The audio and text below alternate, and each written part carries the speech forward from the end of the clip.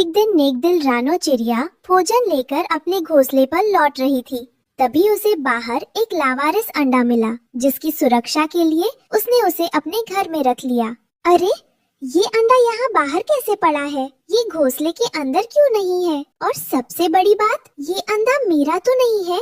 मेरे बच्चे तो अभी नहीं होने वाले थे। फिर ये किसका अंडा हो सकता है? आसमान में चील और बाज मंडराते रहते हैं। अगर मैंने इस अंडे को यहीं छोड़ दिया तो कोई जंगली जानवर या शिकारी पक्षी इसे नुकसान पहुंचा सकता है। नहीं नहीं, मैं ऐसा नहीं होने दे सकती। मैं एक माँ का दर्द समझती हूँ। जो भी पक्षी इस अंडे का माता पिता होगा, वो इस वक्त बहुत परेशान होगा। मुझे इसे सुरक्षित रखना चाहिए।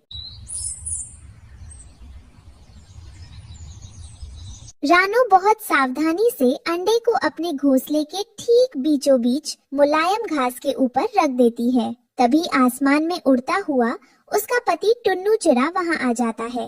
अरे रानो, ये क्या है? ये घोंसले में इतना बड़ा अंडा कहाँ से आया? क्या तुमने चोरी छिपे कोई नया घोंसला गोद ले लिया है, या मैं कुछ गलत देख रहा हूँ? शांत हो जाइए टुन्नू जी, इतना घबरा क्यों रहे हैं? ये अंडा मुझे घोंसले के बाहर पेड़ की जड़ों के पास पत्तों में छुपा हुआ मिला। वहाँ आसपास कोई नहीं था।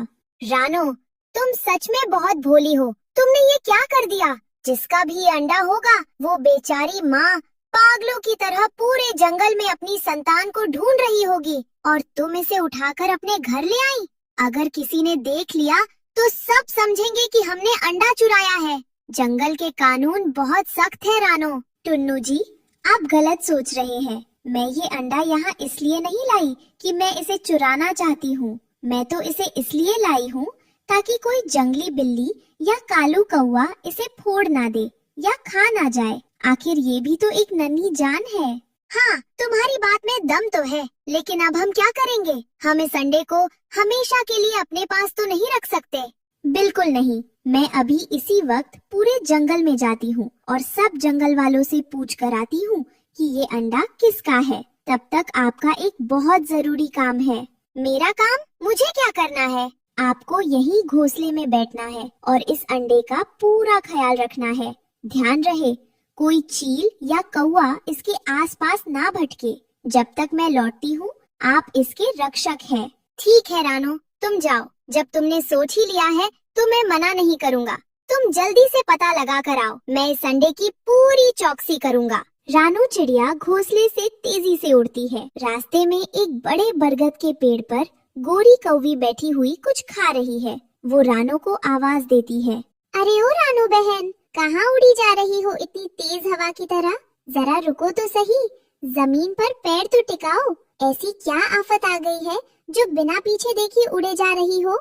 रानो चिड़िया अपनी उड़ान धीमी करती है और उड़कर गोरी कौवी के पास उसी डाल पर बैठ जाती है। हाँ गोरी बहन, नमस्ते। सच में आज जल्दी बहुत ज्यादा है। मुझे जंगल में एक बहुत जरूरी काम से जाना है। दरअसल मुझे एक बात पूछनी थी तुमसे। हाँ हाँ, पूछो रानो बहन। ऐसी क्या बात हो गई जो तुम्हारी सांसें फूल रही है? सब खैरियत तो है ना? गोरी बहन, आज जब मैं सुबह भोजन लेकर वापस आ रही थी तो मुझे मेरे घोंसले के बाहर एक अंडा मिला। वो अंडा बहुत सुंदर और सुरक्षित है। मैंने उसे अपने घोंसले के अंदर रख दिया है ताकि वो सुरक्षित रहे। लेकिन मुझे ये मालूम नहीं है कि वो अंडा किस पक्षी का है। क्या तुम्हारा कोई अंडा खोया है या तुमने जंगल में किसी माँ को रोते हुए देखा है? हाय रानो बहन, हमारी ऐसी किस्मत कहाँ। हम तो तरस रहे हैं कि हमारे घर में भी कोई नन्हा बच्चा आए, हमारी भी कोई संतान हो। लेकिन ऊपर वाले ने अभी तक हमारी झोली खाली रखी है। और देखो, दुनिया में कैसे कैसे लोग हैं जिसे ऊपर वाले ने इतनी अनमोल संतान दी है, उसे उसकी कदर ही नहीं है। अंडे को ऐसे ही बाहर छोड़ दिया।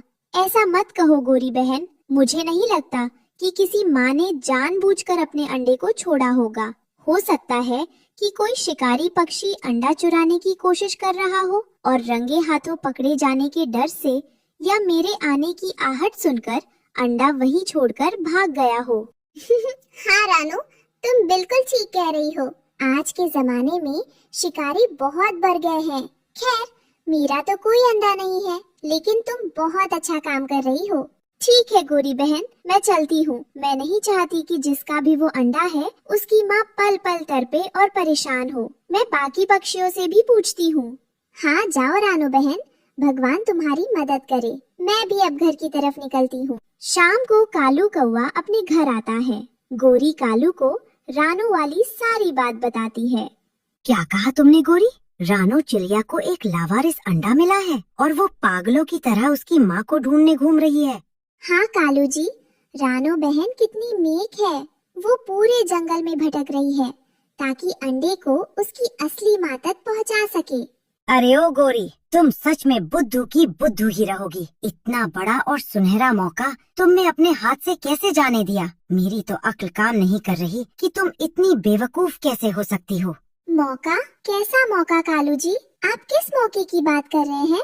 अरे भाग्यवान, जब रानू तुमसे पूछ रही थी तो तुम्हें तुरंत कह देना चाहिए था कि वो अंडा हमारा है। हम उस अंडे को अपने घोंसले में ले आते। जब उसमें से बच्चा निकलता तो हम उसे अपना बच्चा बनाकर पाल लेते।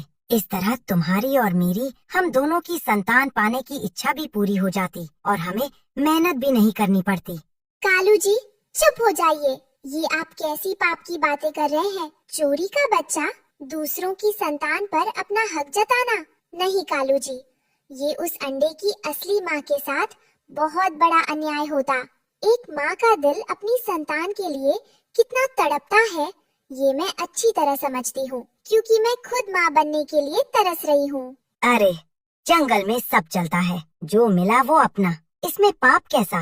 और वैसे भी कालू जी, हमें क्या पता कि वो किस पक्षी का बच्चा है। मान लीजिए वो कोई बत्तख, कबूतर या तोते का बच्चा हुआ, तो जब वो बड़ा होता और हमारे जैसा नहीं दिखता तब उसे सच पता चल जाता, तब उसे कितना दुख होता। नहीं, मुझे ऐसा पाप नहीं करना। मुझे पूरा विश्वास है कि ऊपर वाला हमें हमारी खुद की संतान जरूर देगा, लेकिन ईमानदारी के रास्ते पर चलकर। वाह गोरी, तुम तो आज बहुत सयानी बातें कर रही हो। तुम्हारी बुद्धिमानी देखकर तो मुझे खुद पर गर्व हो रहा है। तुम सच में बहुत समझदार हो गई हो। सयानी तो मैं पहले से ही हूँ कालू जी, बस आपको कभी मेरी खूबियाँ नजर ही नहीं आती। चलिए अब सो जाइए, रात होने वाली है। रानू उड़ती हुई मिट्ठू तोते और हरियाली तोती के घर के पास पहुँचती है। हरियाली तोती बाहर बैठी मिर्च खा रही थी। हरियाली बहन, ओ हरियाली बहन, राम राम। अरे आओ आओ रानू बहन, आज शाम को इस तरफ कैसे आना हुआ? सब कुशल मंगल तो है ना? बैठो, थोड़ी हरी मिर्च खाओगी? नहीं नहीं हरियाली बहन, मिर्च खाने का समय नहीं है। मैं एक बहुत बड़ी उलझन में हूँ। मुझे आज सुबह मेरे घोंसले के बाहर एक लावारिस अंडा मिला है। वो बहुत सुरक्षित है और मैंने उसे अपने घर पर रखा है। मैं बस ये जानने आई हूँ कि कहीं वो अंडा तुम्हारा तो नहीं है। हाय रानू बहन, मेरी किस्मत इतनी अच्छी कहाँ। ऊपर वाले ने अभी मुझे माँ बनने का सुख नहीं दिया है, लेकिन हाँ, जिसने भी उस अंडे को खोया है उस पर दुखों का पहाड़ टूट पड़ा होगा। मुझे तो बहुत तरस आ रहा है उस बेचारी माँ पर।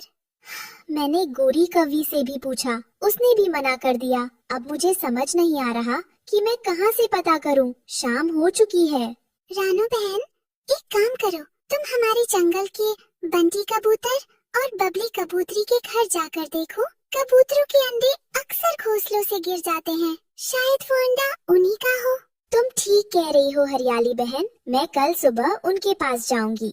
अभी तो अंधेरा हो रहा है, मुझे अपने घोंसले में वापस लौटना होगा, क्योंकि टुन्नू जी अकेले अंडे की रक्षा कर रहे हैं।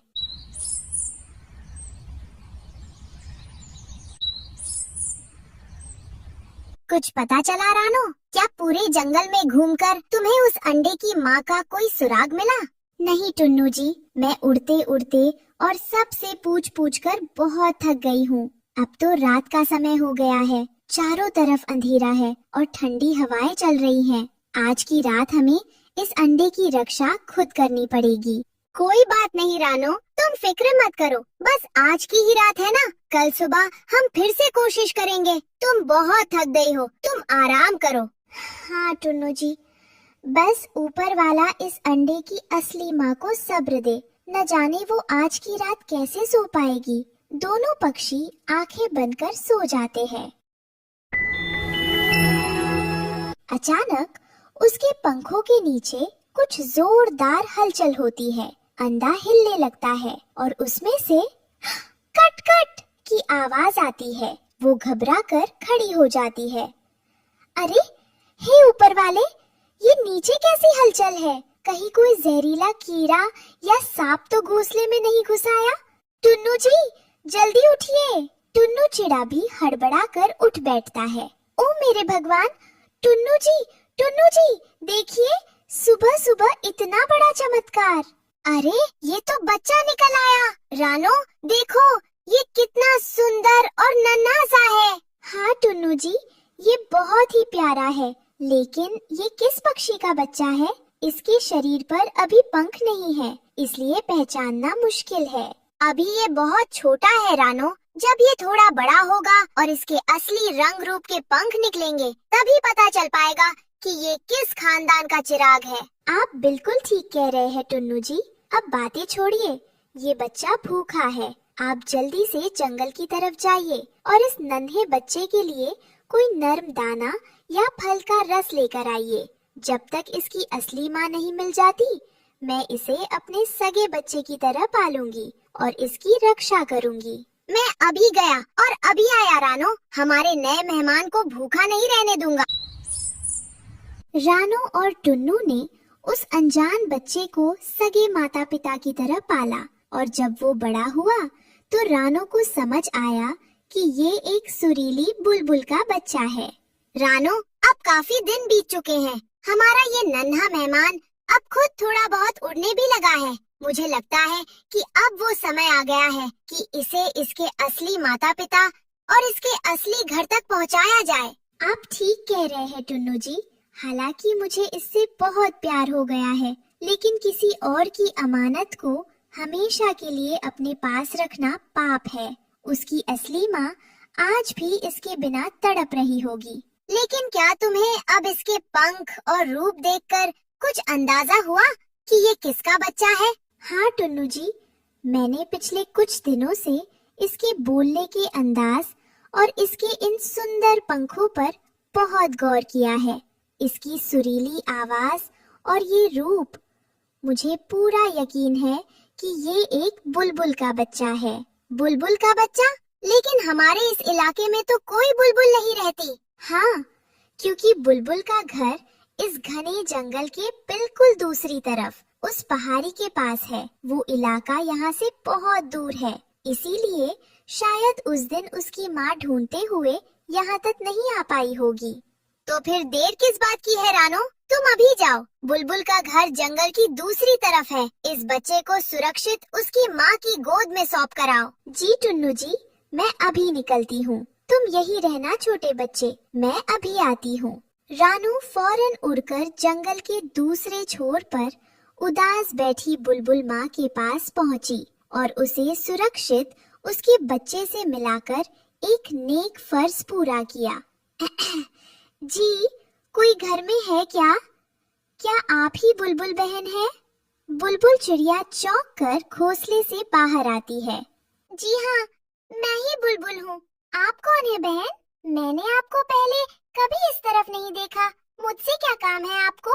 बुलबुल बहन, मैं जंगल के दूसरी तरफ रहने वाली रानो चिड़िया हूँ। मैं यहाँ आपसे एक बहुत ही जरूरी बात पूछने आई हूँ। क्या कुछ दिन पहले आपका कोई अंडा खो गया था? क्या अंडा? हाँ, हाँ रानो बहन, आज से कुछ हफ्ते पहले मेरा एक अंडा घोंसले से गायब हो गया था। मैं दाना लेने गई थी और जब वापस आई तो अंडा वहाँ नहीं था। मैंने उसे बहुत ढूंढा, रो रो कर मेरा बुरा हाल हो गया। लेकिन तुम्हें ये सब कैसे पता? क्या तुम्हें कुछ मालूम है मेरे अंडे के बारे में? शांत हो जाइए बुलबुल बहन, अपने आंसू पोंछ लीजिए। आपका अंडा सुरक्षित था। दरअसल वो अंडा उड़ते हुए किसी शिकारी के हाथ से छूटकर या किसी वजह से मेरे घोंसले के बाहर गिर गया था। जब मैंने उसे देखा तो मुझे लगा कि कोई जानवर उसे खा न जाए, इसलिए मैं उसे अपने घोंसले में ले आई। तो मेरा अंडा कहाँ है रानो बहन? मुझे मेरा अंडा दे दो, मैं तुम्हारी उम्र भर गुलाम रहूंगी। अरे बहन, अब अंडा कहाँ रहा? उस अंडे में से तो एक बहुत ही सुंदर, नन्हा और प्यारा सा बच्चा बाहर निकल आया है। मेरा घर जंगल की दूसरी दिशा में होने की वजह से मैं यहाँ ला नहीं सकी, क्योंकि मुझे रास्ता ढूंढना था।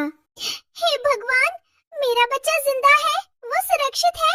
रानू बहन, मेरा बच्चा कहाँ है? मुझे उससे मिलाओ, मेरा दिल फटा जा रहा है। वो मेरे घोंसले में सुरक्षित है और आपका इंतजार कर रहा है। चलिए मेरे साथ, देर मत कीजिए।